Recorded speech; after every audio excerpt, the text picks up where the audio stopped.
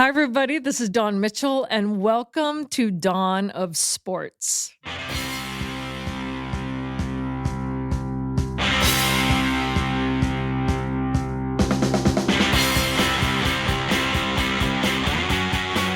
We have a really great show this week because I'm so excited. It folds into so many different dimensions. But we have Laura Brown, a Minnesota Vixen, not only a former player, but now the owner, along with her husband, James. And if you haven't been paying attention to this league, it's been around and this team for a while. They even have another team that we'll get into, a little feeder team, which means their success.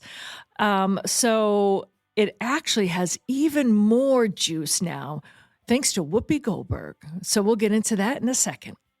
This is Dawn of Sports. We're coming from the Aquarius Home Service Studios. I want to thank our producer, Alex Haugen. Remind you, if you like the show, please subscribe to your favorite podcast app. It's free. It's the easiest way to listen. And thanks to our sponsors, Rudy Luther Toyota, longtime supporter of women's sports in the Twin Cities, Minnesota Masonic Charities, another great Minnesota company doing good work, and Natrium. And as Dawn knows, I get excited when I talk about Natrium. I'll tell you more about them later. Your best friends, Natrium. My best friends. Yes. Well, I want to really introduce Laura Brown because I love football, one of my many loves, but to see women, not only, we hear so much about flag football that young girls are getting involved in, Laura, but this is professional women's tackle football at its finest. And it is no joke. I know I've known some players throughout the years and have gone to the practices and the games, and you've made it to 4 national championships. This team is a sight to behold, and it's starting to get some traction. How has it been for you lately now that people are like, we love the Vixen? Oh, it's been absolutely great. And thank you guys for having me up today. But it's been wonderful. I mean, more and more when we encounter people on the street, they're like, oh, I've been trying to get to a game. I follow you on social media. I run into random people everywhere wearing the merchandise, and I ask them, what player do you know on the team? Well, nobody. I'm just following the team.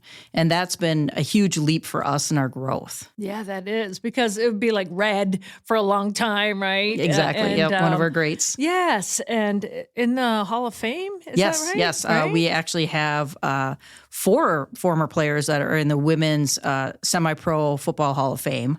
Fantastic. With Red Bryant, Michelle Brown, Jody Raylander, and then also Emily Sundberg, I believe, was entered. Oh, wow. Yeah. So that's a huge feather in your cap. Yeah, isn't that it? has been. And basically, I mean, with the Vixen, it's been a great legacy for us because the team was started in 1999.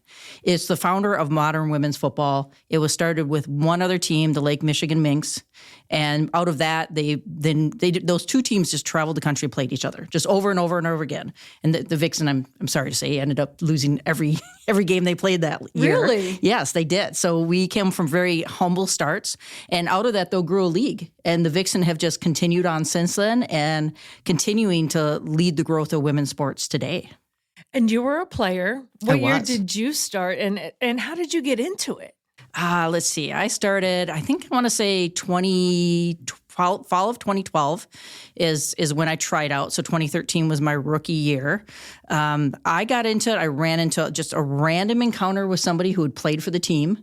And we were actually standing in a cafeteria. We had a Viking preseason game going, both watching it and kind of, just connected over watching the Vikings. We both grown up hardcore Viking fans. And she said, well, there's a women's team. I said, no, there's not.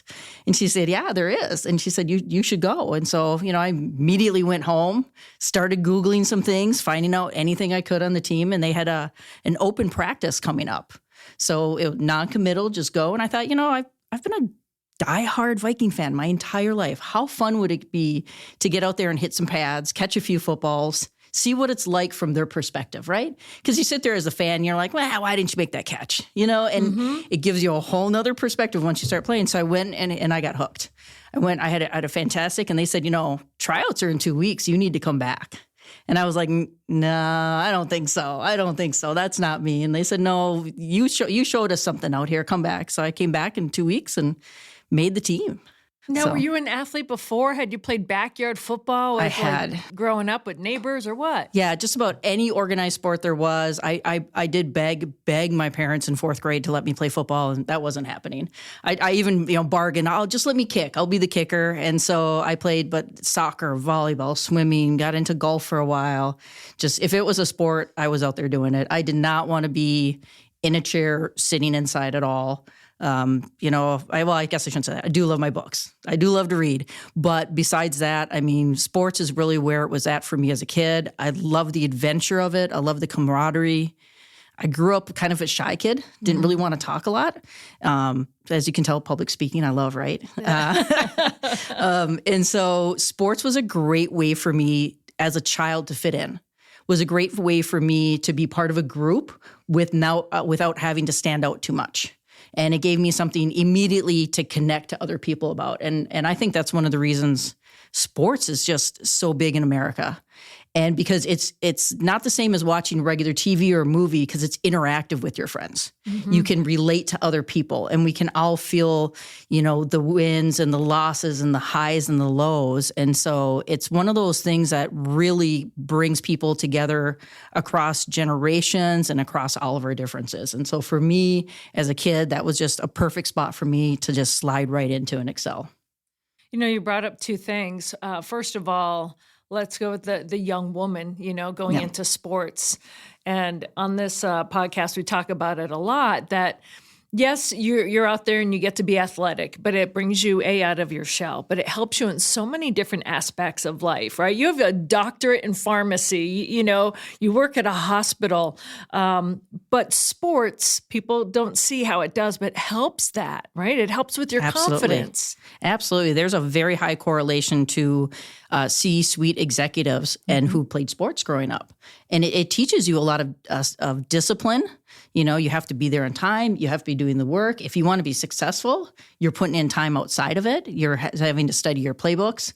But I think beyond that, it also, especially team sports, it teach you how to interact and get along with people that you might not normally get along with because they're your teammate. So how am I going to make this work? This person's my left wing or they're my whatever they are. Maybe it's my center. Maybe it's this. Maybe it's that.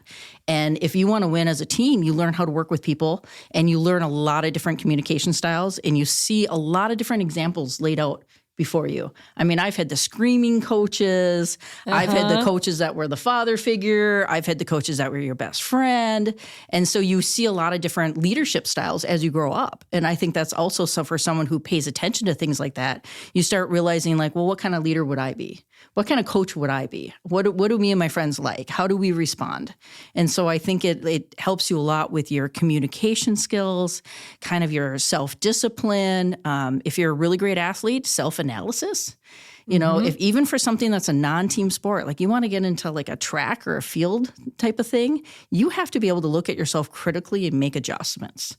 And when that just comes across when you have a job in your life, how can you communicate with your coworkers?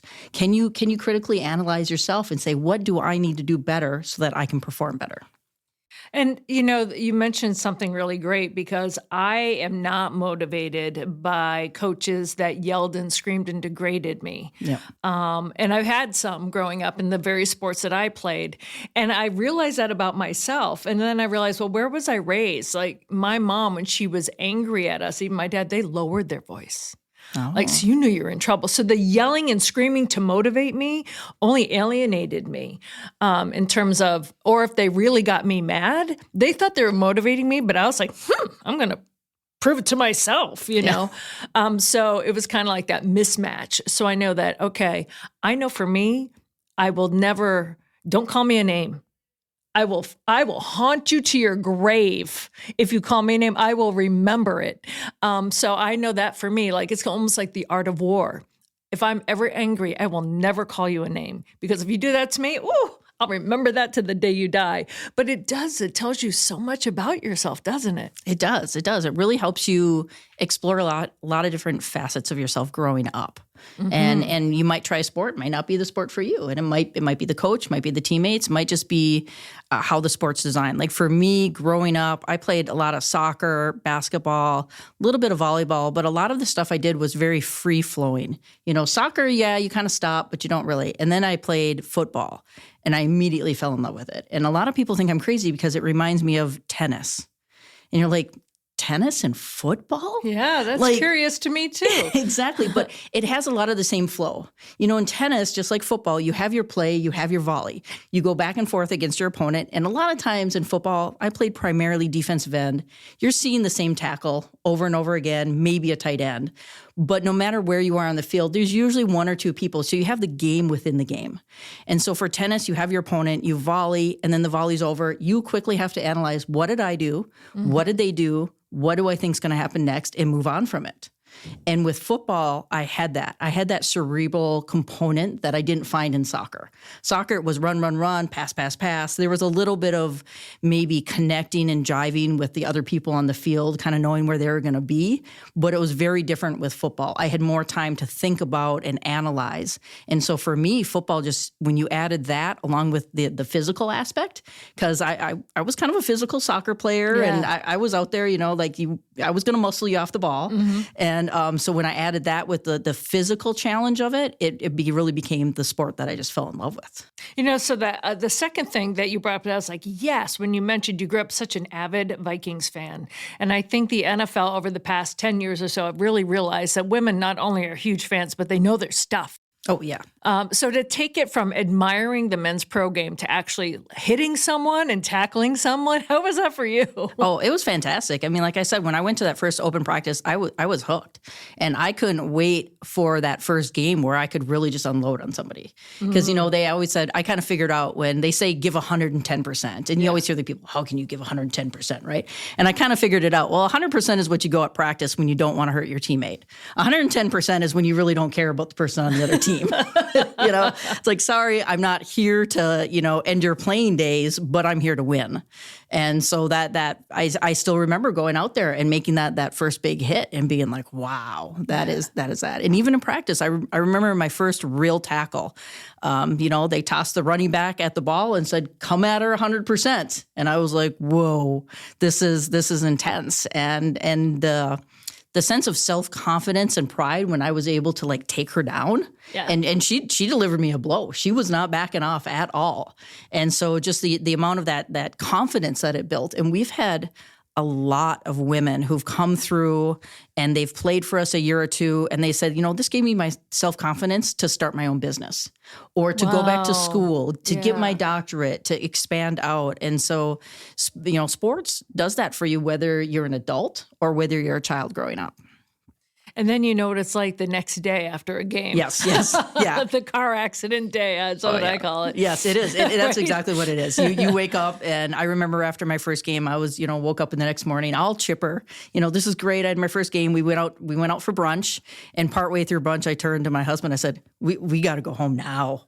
I said, "You're just dipping me in ice." It hit in, and I was like, "Yeah, I'm not moving." That's why every once in a while, somebody comes up with the bright idea of having a practice the day after a game or even 2 days after a game. And we're like, no, maybe chalk talk. Yeah. But even the day after, I don't know if mentally I can really pay attention enough. Coaches are talking now about this year about maybe doing the morning after doing film, which I think there's a lot of benefit for that. And that utilizing film is something that's really propelled us ahead. But I was like, you got to make sure that the athletes are in the right mindset the next morning. So, because it is a big thing with the physical wear and tear on the body. Laura, I wish that we could take a lot of the fans of any football, especially when it's like the pros, like you're saying, take the Twitter trolls that just troll the players like, oh, he's hurt again. I'm like, did you happen to see that game? It was a physical game where they do take Monday to look at film and then kind of heal up, and then they have Tuesday off. I remember a couple people saying, well, they don't even practice on Monday. I'm like, No. No. Or, oh, it's only this and that. I'm like, it's only if we threw you out there, you'd be crying before the first quarter was even over.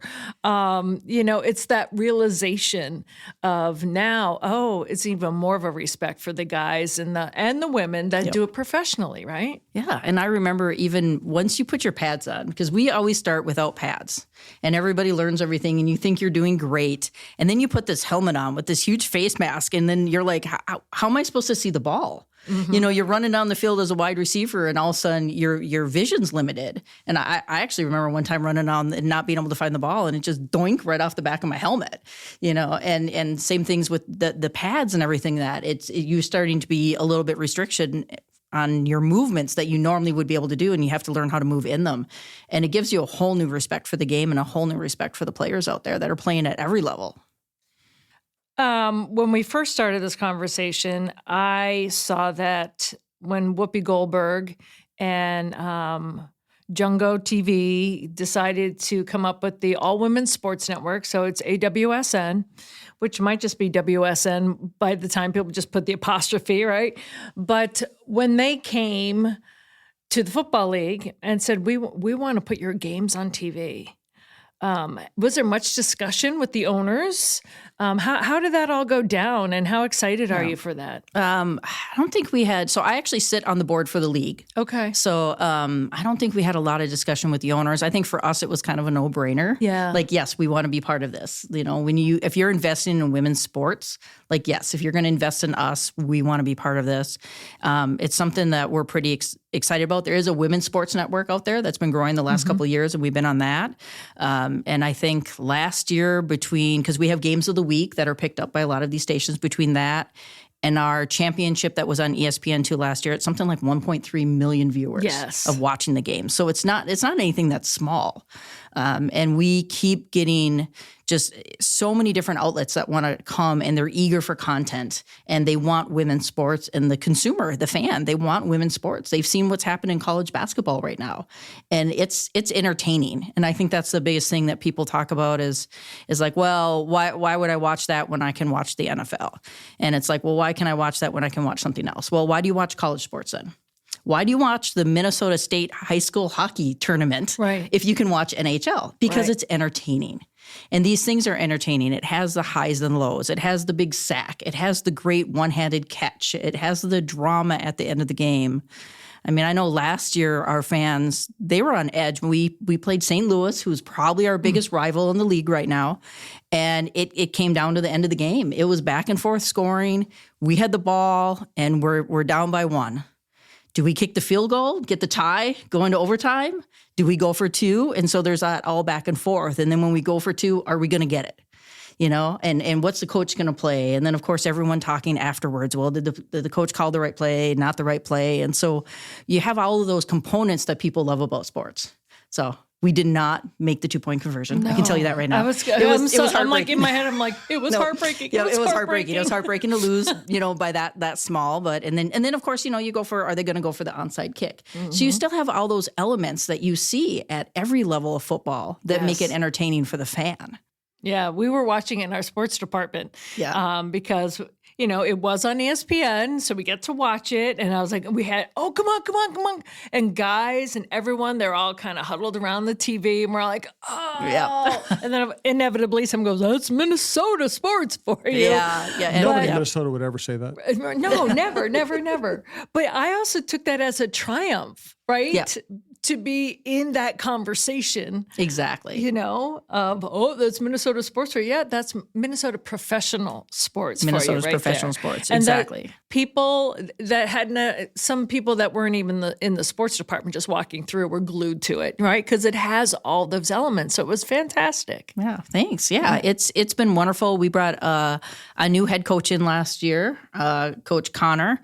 And she has been amazing. She came through our ranks as a player and is a fabulous person. She got the one of the Bill Walsh fellowships, diversity fellowships, and did an internship with the Baltimore Ravens. Wow. She had been a player and a coach with us and then did the fellowship there, came back, coached another year, and then stepped into the head coach role.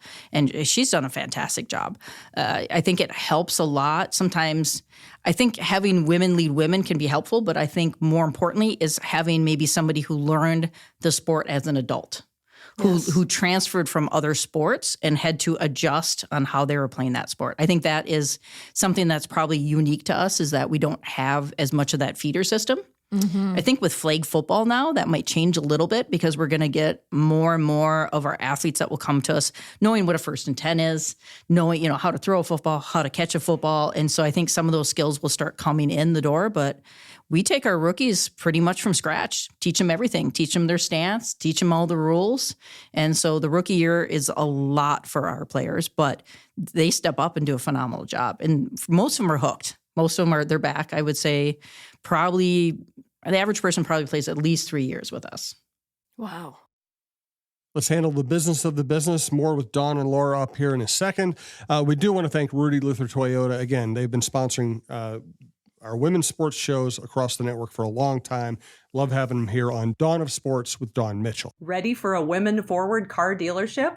Rudy Luther Toyota empowers their many women on staff in sales, management, and service. Whether you are looking for a new Toyota or pre-owned vehicle, Rudy Luther Toyota has something for everyone. Every vehicle comes with a Luther Advantage.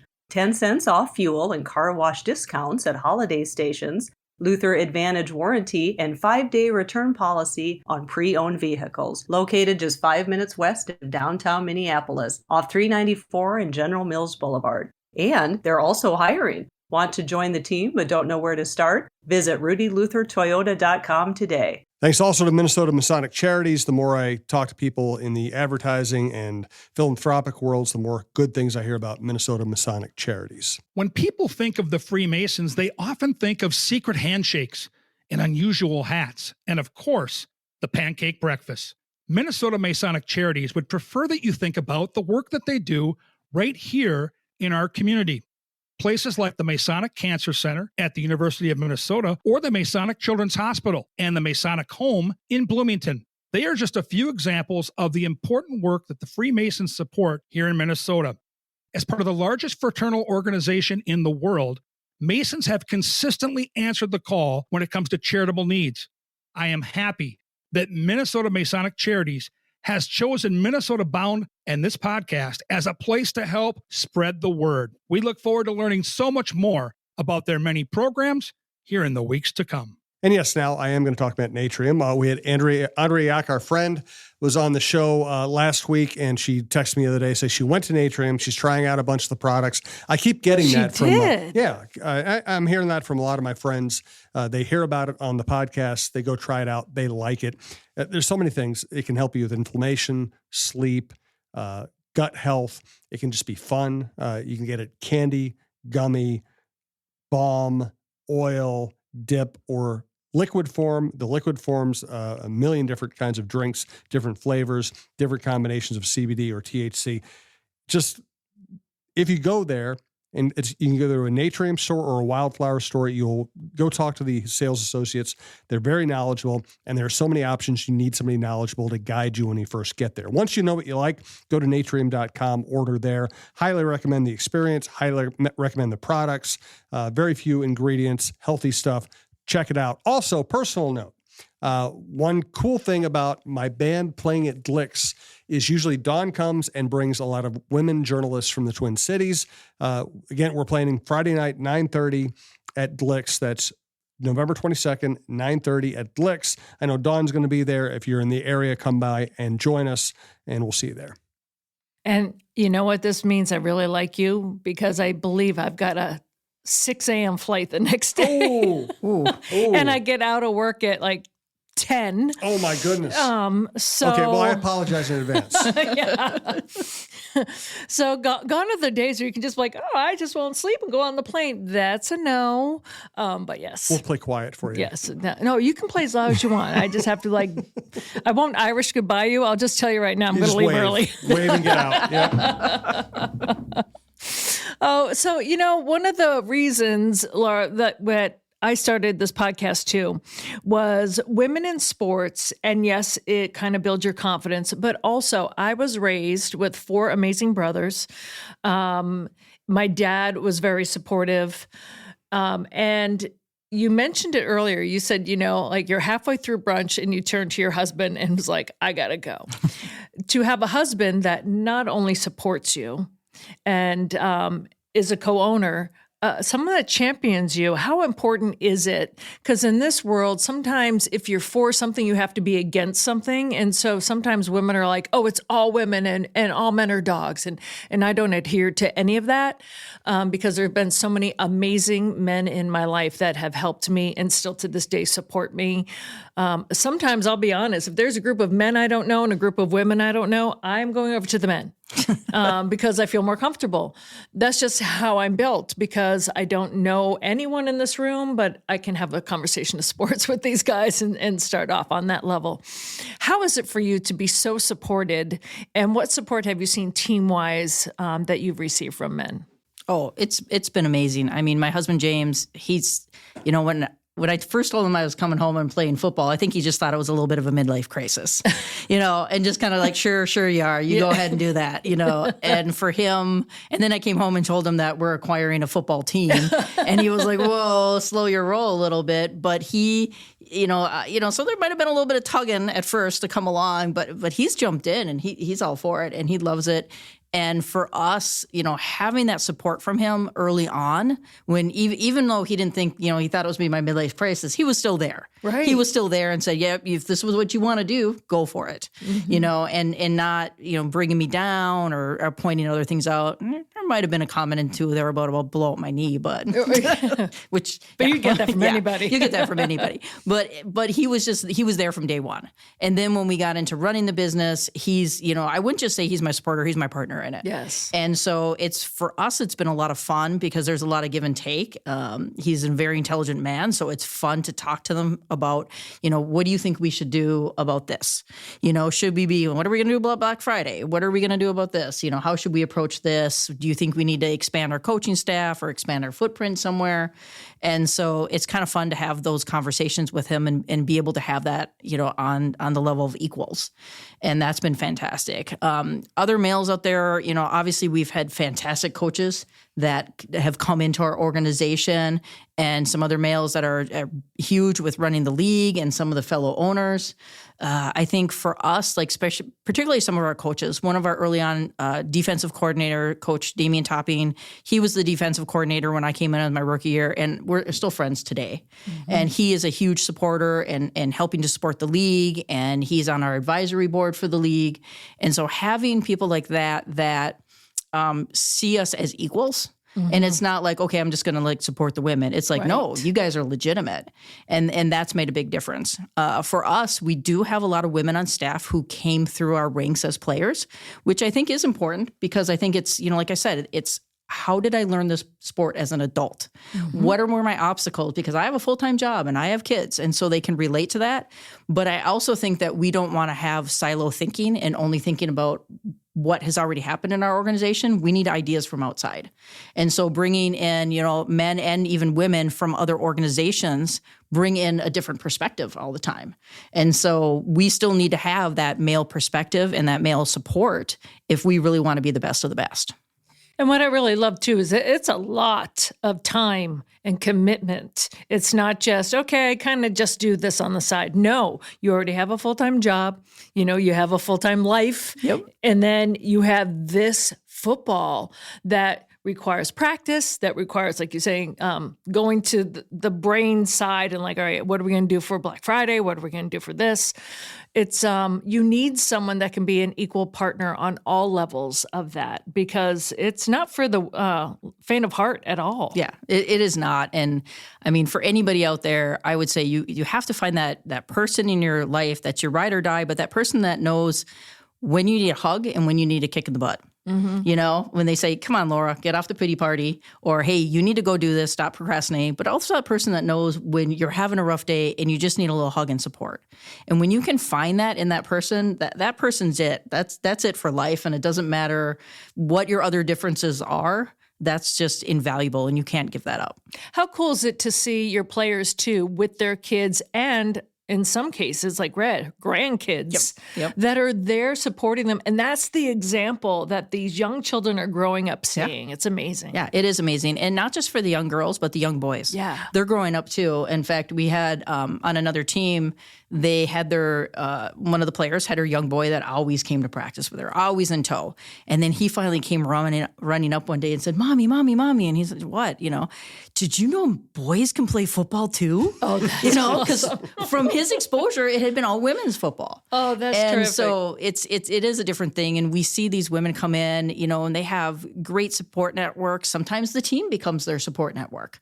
And we're really, we have a saying that we say, family on three, or, Vixen on 3, family on 6, 1, 2, 3, Vixen, 4, 5, 6, family. And we really mean it because a lot of people come in, we're from a lot of different aspects of life, a lot of diversity on the team, and we learn to really grow together. I think, sometimes people ask me like, why do women want to play football? And I just come back and say, why do human beings want to play football?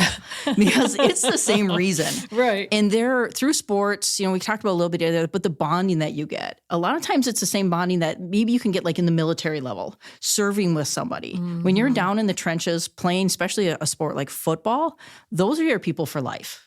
And you get to make those relationships. You get to rely on those people, and it never leaves you. People that I run into that were just around my rookie year, and I haven't seen them. They're still there. They send me messages. They still support the team, and it's that kind of bonding that will never go away.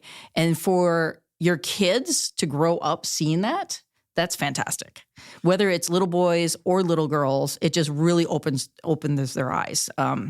Last year we had kind of a cool thing where one of our original Vixen from 1999, her daughter came out to the games with her mom, and so now she has her daughter there, and her daughter's coming out to be a water girl for us and being involved in the game. So it's not just for our current players, but for our alumni as well. How would one be able to join? Like you said, you just kind of went to an open practice. Yep. Do you have open practices lined up now? What's your schedule like right now? Well, we just finished tryouts. So we have, I think, 76 athletes that are on the roster right now for this year. And so, we're still looking for maybe a few key people, but every fall we basically run open tryouts. So you just have to go online, register, come. We usually have a couple different sessions. People are welcome to come to all 3 if they want to. And because sometimes if you haven't done football drills before, it can be a little intimidating. We sprinkle our vets in there so they have some examples and kind of ease the anxiety with it a little bit.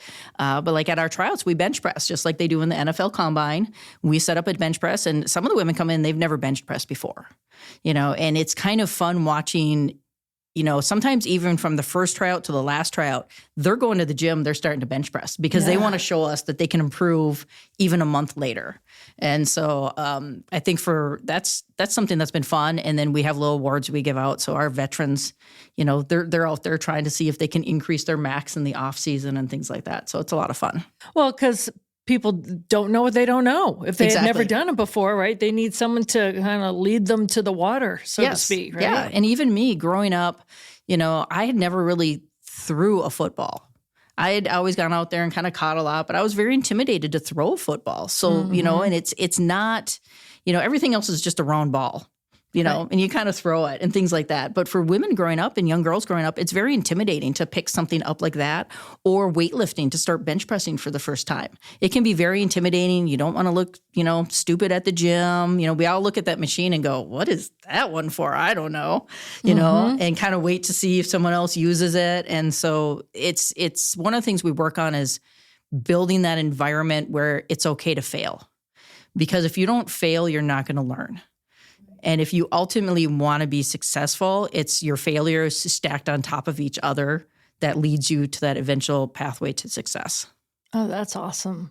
I know in the backyard, my nickname for growing up with 4 brothers and all the kids in the neighborhood, we'd either play in the backyard or in the middle of the street, yell car, get out of the way. Because going to the park that was only 2 blocks away was a little too far for us. I was button hook. And so my brother would take the palm of his hand and he goes, okay, so you're going to go right down the right-hand sideline. You're going to go into the end zone, but turn around and come back in on the left side. So I was button hook, and that's always where I was. So I was scrappy. I wasn't very big. Yep. Skinny as all get out, but I was fast. So button hook would probably isn't even legal to go into the end zone and come back out. But that's just what take I a left did. of the Chevy. Everything will work out. That's fine. all he did. So I was Take a button left hook. of the Chevy, yeah. I was fortunate enough. I actually grew across the street from Robbinsdale Cooper High School, Oh, nice. across from the athletic fields. Yeah. So that was just a gift to me growing up because we didn't have to be in the street. You just crossed the street and there was your fields to play in. And we had uprights and we had soccer goals and we had baseball diamonds. And it was just a lot of fun growing up. I'm a child of the 70s, so it was come home when it's dark, and actually I take that back. We had to be in the chair at 6:00. Dinner was 6:00 on the nose every night, no matter what, salad, milk, meat, potatoes, right? But then afterwards, if it was summer, you were right back out there and then make sure you were home when those street lights came on. So it was a great way to grow up. I think nowadays, when I look at some of the stuff the kids have nowadays, they have their own advantages. I didn't have a parent or a coach really out there teaching me. Right. And these kids, I think, God, man, I wish I could have gone to some camps. Right. I wish I would have had someone Exactly. investing me in a little bit as an athlete. And we can go too far sometimes with kids that days, but they each have their own uniquenesses and their advantages and disadvantages. Well, before we wrap things up, how can people show up for games? I know so many people are like, well, where are the games and what time are they? And I never knew that there was a women's league. I would totally be there. Oh, yeah. Where can they find you this year? This year, we're working on our stadium right now, working on our contracts. So our schedule, though, will be coming out. I think we're looking at right around Super Bowl. Super Bowl Sunday is when they should be launching our schedule. Nice. And so our season is in the spring, so our games start mid-April, April, May, June. It goes quick. I'll tell you really quick. We only do a 6-game schedule because it allows us to travel. There are 60 teams across the nation, but they're tiered out. So we play at the highest level, which is WFA Pro. And I think there's only a dozen teams that are at that level. So we're traveling, St. Louis, California. Last year we were out in Washington, D.C. We got Colorado. But St. Louis and Omaha are the two closest teams to us. So we do travel is probably one of our biggest expenses that we have. Wow. So we have a 6-game season, which goes really quick, but we have 3 home games, which are really exciting. And then, because we've worked hard and put in the work and we're wonderful, we usually are hosting at least 1 or 2 playoff games, which is fantastic. Gives the fans a few more opportunities. But check us out on social media. We're on all the major platforms. That's where you'll find all the information on when the games are, how to get to the games, where you can watch online. And, if you love women's sports and want to support the team, supporting us on social media is one of the best things that you can do. By the way, I highly recommend, I'm not saying people should delete their Twitter. A lot of people have, but I'm not recommending that. Stay on there if you like. Blue Sky is kind of the place to be these days. I think it's going to be really good for women and women's sports. Fewer trolls, less nastiness. And I know everybody at Talk North's migrating over there. So jump on Blue Sky, support the Vixen. Yeah, There you and Minnesota Vixen. I also love on Instagram because I'm such a visual person. Yeah.